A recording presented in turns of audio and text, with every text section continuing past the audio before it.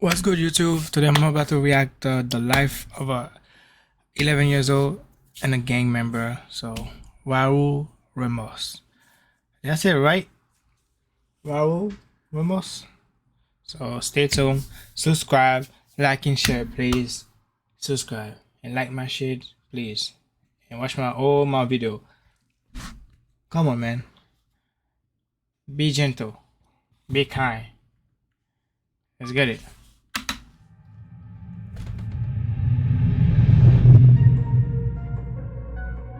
In the 1990s, there was over 60,000 gang members in Los Angeles. One of those gang members was Raul Ramos. But he wasn't like most gang members. Raul was 11 years old and actively gangbanging on the streets of LA. Everyone assumed his life was headed towards the most likely direction that an 11-year-old gang member's life would go: prison or death. But they were all wrong. Raul Ramos was born in Los Angeles, California on August 24th, 1978. Both of his parents were originally Look at his smile. Oh, so cute. 78. Both of his parents were originally from Mexico, but had moved to California as teenagers. They later met and had Raul and his sister. But Raul's parents' relationship was bad from the very beginning, and the constant arguing and physical abuse is what led to their breakup when Raul was 5 years old. The separation left Raul's mother to raise him and his sister on her own. They all lived in a small one-bedroom apartment in one of the poorest neighborhoods of LA. Yeah. And although his mother worked hard to support them, she struggled to find steady employment, which meant there was never enough money, never enough food, never enough of anything, including guidance. With his father gone and his mother always at work, 5-year-old Raul was left to explore the world on his own. And he started right outside his front door, where the neighborhood gangs would hang out by his apartment. The gang members he saw there had money, dressed nice. They were all older than Raul, but they still let him hang out, and they were nice to him. They'd give him money to go to the store for snacks and let him keep the change, or sometimes they'd just give him money for no reason. From Raul's young eyes, it looked as if all the gang members looked out for each other, like the perfect. They probably did that because they want him to become a member. That's why they give him money, you know? So they be like, since I'm giving you money, and then me, if I'm 11 years old and you give me money, and I see you wear nice clothes, all that, I'll be like, shit, I'm gonna be like them one day. So when you give me money, and then I'll be like, shit, that's I'm rich right now. You know, when you're a kid, they give you money, big money, you think you're rich. You be like, damn, I wanna be like those people, so I can have money, girls around me, all kind of stuff. So yeah, so I did think. Perfect family. By the 4th grade, Raul was doing all the things he thought would make him a gang member. He started doing graffiti, Sheesh. writing his name everywhere in old English-style letters, and he dressed in 90s gang clothing daily. But he wasn't actually a gang member yet. He was acting. At 10 years old, Raul reconnected with his father, who was living in Huntington Park, a neighboring city of South Central LA. His dad's house was located on Florence Avenue, in an area that was as bad, if not worse, than where his mother lived. And Raul started spending all his time there. But he was again without any guidance, left alone to roam the streets. The streets where the liquor stores were on the same corners as the drug dealers and the drug addicts. Right down the block from the pimps and the prostitution, and right in the middle of all the gangs. Damn. As Raul wandered up and down Florence Avenue, it didn't take long for him to realize he was in the territory of the gang, Florencia 13. It was sprayed in graffiti all across the sides of buildings. That's MS-13, right? Am I right? buildings, and the gang members he walked past had the gang's name sewn onto their clothing. Oh, that's never mind. The Florencia 13, also known as F13, is a predominantly F13. Hispanic street gang that was founded over 70 years ago in the Florence Firestone My bad. district of South Los Angeles. It's a gang that consists Because they have a gang called MS-13, so I thought that was MS-13. And I thought the Florencia, that was the street.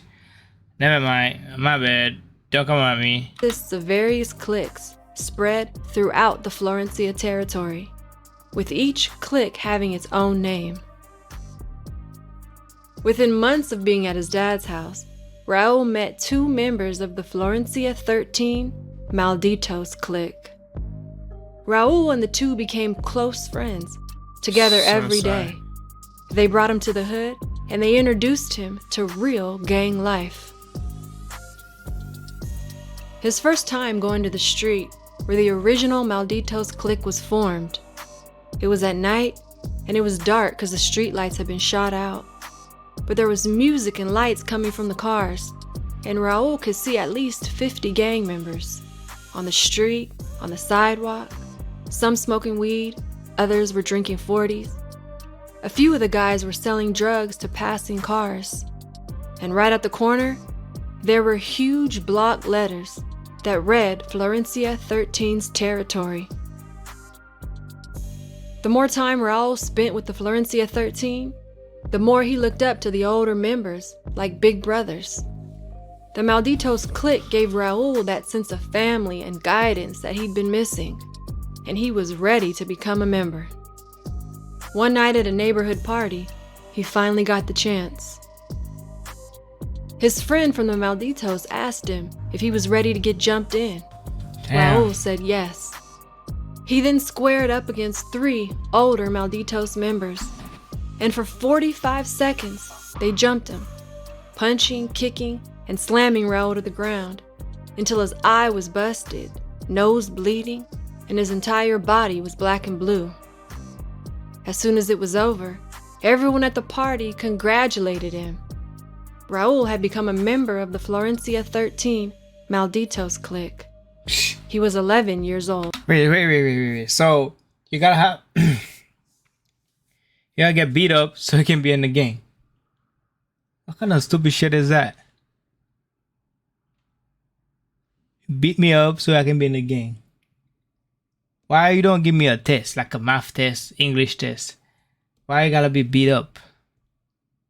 That's crazy. Give me a math test or English test. That's it.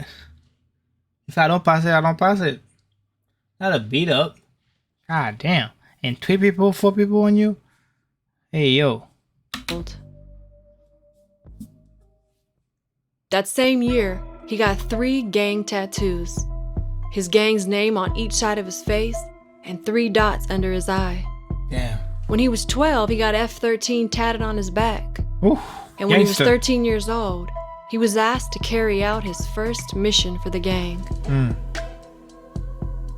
Carrying out a mission as a gang member usually involves going up against rival and Killing. enemy gangs, and it often ends in gunfire. But Raul didn't hesitate. This gangs against enemies always went both ways, and it happened over and over again. Shooting and being shot at became an everyday thing for Raul. By the time he was 15, there were no positive influences in his life. Gangbanging was all he knew. 24 hours a day, 7 days a week, God he damn. was in his hood, selling drugs, fighting to protect the gang's territory, and trying to stay alive and out of jail. But jail was inevitable, and Raul was arrested when he was 16. But just a year after that, the first positive thing in his life happened. His daughter was born.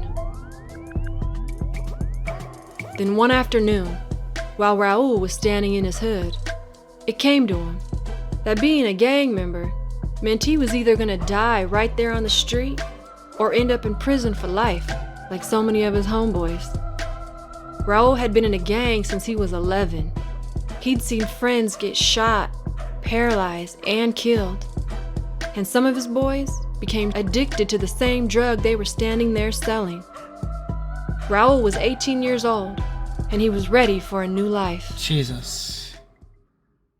He found that new life when he joined the United States Navy. That's good. That's good. Yeah, at least you do something. You did But something. the Navy almost didn't let Raul enlist. He had so many gang tattoos covering his body that he had to get approval from a military recruiting captain before he could join. Damn. But once he enlisted, there was no stopping him. Raul was assigned to work on U.S. military warships as an ABE, whose responsibilities included the launch and recovery of aircraft carriers on flight decks. That's good. An ABE is considered one of the hardest positions in the Navy, Yep. and Raul would be deployed out to sea anywhere from 6 months to a year. But Raul's work took him around the world, exposing him to a life he never knew existed. And the Navy also gave him that sense of purpose and belonging that the gang did. But now, instead of destroying his community with gang wars and drugs, he was helping make the world a better place. Raul started moving up in rank, and he was being promoted faster than everyone around him. And after 18 years, he was promoted to Master Chief, the highest Gangster. enlisted rank in the United States Navy. Nice. From a hardcore gang member in South LA to a To a Master Navy? Chief in the Navy, Got the tattoo. Raul recognized that his life is proof that no matter where you come from, you can still succeed. Facts. And he wanted to share that message. If you're lucky. So in 2021, he put his life story in a book titled Essay to Master Jefe. In his book, Raul writes about why an 11-year-old would choose gangs over everything else. And he explains in detail the steps he took to make a change. Today, Raul works with the youth in inner-city schools and neighborhood programs, and he speaks to young people in juvenile hall. But his motivation isn't only to reach the youth. Raul hopes his story will also encourage adults to intervene early in the Yo, I ain't gonna lie, that his tattoo is fire. Ain't shit. lives of at-risk kids, because one positive influence could save someone's life. My boy, congratulations, man. You deserve it. And you're lucky too, because jail is two things. Jail or death. But you did a good choice. Go to the Navy and stuff. And fellas, if you're not fit for the gang, don't join. Do not join. Eventually, you're gonna die or prison. If you're lucky, do the same way as Raul. Don't be in the gang. Or if you're in the gang, you're trying to move out, go to the Navy or something, or military or something. Cause shit, gang is no game. Life or prison. Death or prison. That's it. Like two things. That's so stupid. Like, why you gotta choose those two? Death or prison? Right? Make no sense. But anyway, subscribe to my YouTube channel and I'm out. And like my shit, please, for the algorithm. Come on, man. You know I'm handsome. I don't know why you don't subscribe. Like, you see?